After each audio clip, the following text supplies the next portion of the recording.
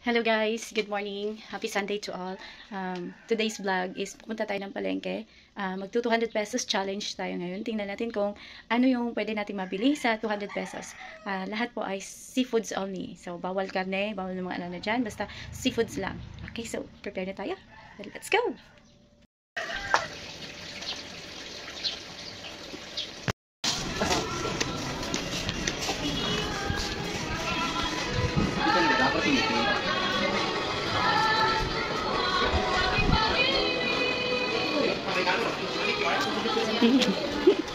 Mamalingke lang.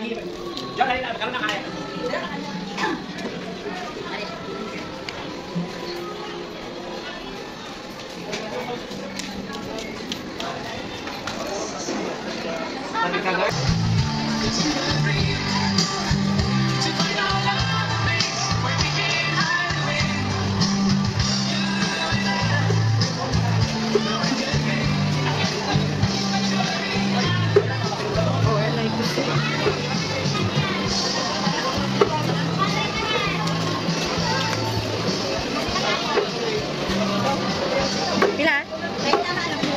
30? Hala, kilo.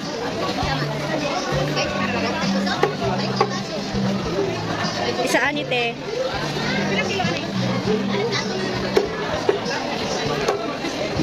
Isa anit.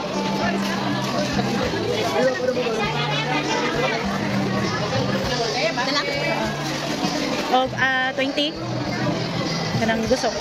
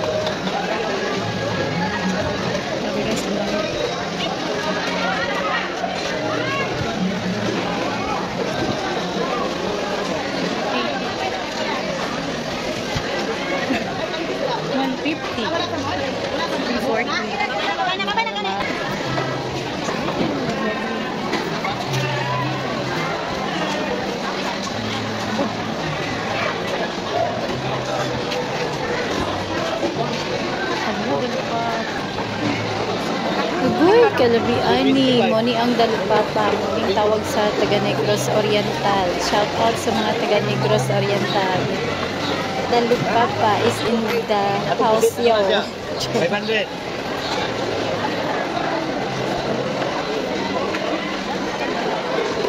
Langgi.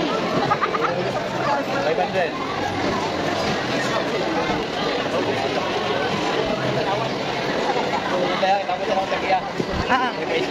Sige, sige. Sino nagko? Ha? Karang gagmay lang. Cheese. Cheese.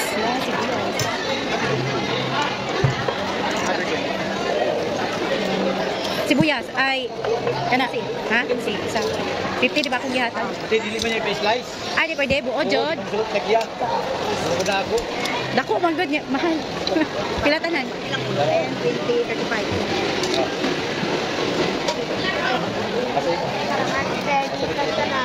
Ay, dagan ko kalamansi sa wala.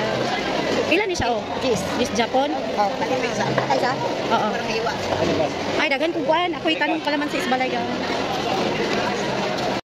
Sayan. Sayang.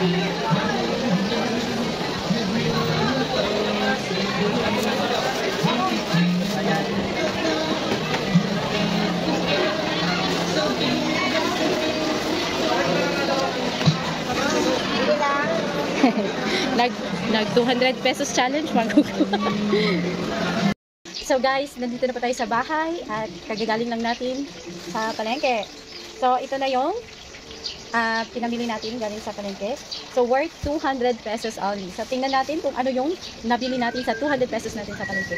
Alright, so first we have meron tayong pipino. So pipino is 10 pesos. Ayan, may 10 pesos na tayo. Ito guys is 10 pesos. Isang balot is 10 pesos. So nakamura tayo. So 10 pesos, 10 pesos, 20. May 20 na.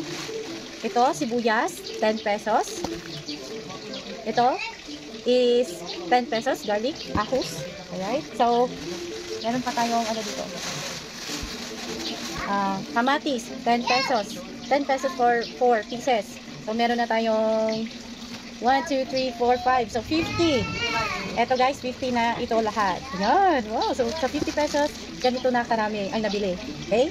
Magagamit natin sa pagluluto sa bahay. Alright. And next, yung paborito ko lang binili sa challenge na to. So, dahil paborito ko itong mga seaweeds na ito. So, ito, medyo nagmahal na siya. So, 20 pesos, isang balot. Ganito sa karami guys. Okay, 20 pesos.